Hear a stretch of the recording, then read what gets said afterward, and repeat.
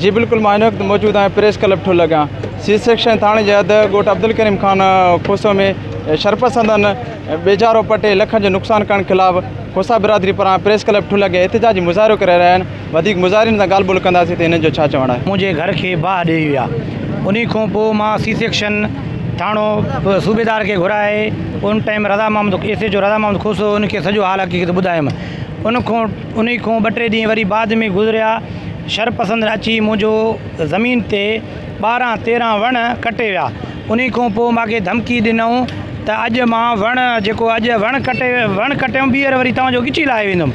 उन खां अलावा वरी राति अची शरपसंदन नामालूम हुया, हाणे उन जे लाइ इनक्वायरी थिए त मुंहिंजो 100 जरेब ज़मीन उन जो तक़रीबन 5-6 लखनि जो बिज आहे। तव्हांखे पाण खे ख़बर आहे त गार्ड बिज 1500-1600 रुपयो फ़ी किलो हले थो। गार्ड बिज सभु तक़रीबन 5-6 लखनि जो मुंहिंजो नुक़सानु करे विया बिज सॼा। हाणे नंढा बच्चा आहिनि, तव्हां सभु ॾिसोसि हथ आहिनि, ऐं अॻे पाणी कोन्हे, ऐं 20 ॾींहं थी विया आहिनि। उहो बिज असां चूसनि ते पाणी ॾेई उहो बिज वॾो कयोसीं, अॼु बिज जो इहो हालति आहे। इन मरहले में असां SSP खे साहब जेकमाबाद साहब खे अर्ज़ु कयूं था त भत्ताखोरनि खे फौरी तौर गिरफ़्तार करे असांखे इंसाफ़ ॾिनो वञे। ऐं जेको आहे वण असांजो कटे वियो, घर खे बाहि अॻे इलेक्शन जे राति असांजे घरनि खे बाहि ॾिनो, उन में पलाल ऐं बोह बि सड़ी वियो आहे। ऐं हाणे बि धमकियूं ॾियनि था, हे ॾिसो था पाण फसल तव्हांजे साम्हूं आहे ऐं फसल बि ख़तमु कयूं। हालांकि असां इहो ट्यूबवेल चूस हणी करे हज़ार रुपया लखा रुपया भरे करे इनखे असां पालियो आहे नंढनि ॿारनि वांगुरु।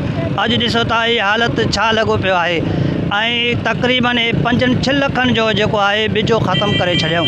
ऐं हाणे ॿीहर बिज जो मौसम बि ख़तमु थी वियो आहे जो असां ॿीहर काॾियो करे सघूं ऐं काॾियो असांजो थिए, हे वॾो नुक़सानु थिए थो।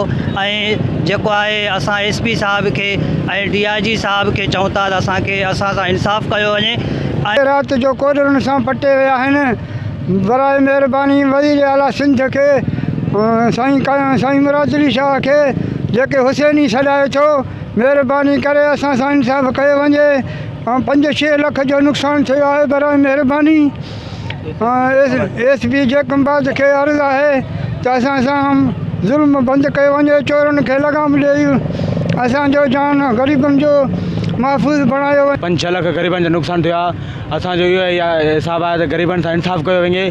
जेकमाबाद SP खे असांजो दरख़्वास्त आहे ग़रीबनि सां इंसाफ़। जी बिल्कुलु, तव्हां हिन ते एहतिजाज कंदड़ जी ॻाल्हियूं ॿुधी, हिन जो चवणो त बेजारो पटे असांजे लखनि जो नुक़सानु कयो वियो आहे। हिननि SSP जेकमाबाद ऐं DIG लाड़काउनि खां मुतालबो कयो त इंसाफ़ कयो वञे। कैमरा टीम सां गॾु मोहम्मद अली दो, जेकब न्यूज़ ठुल।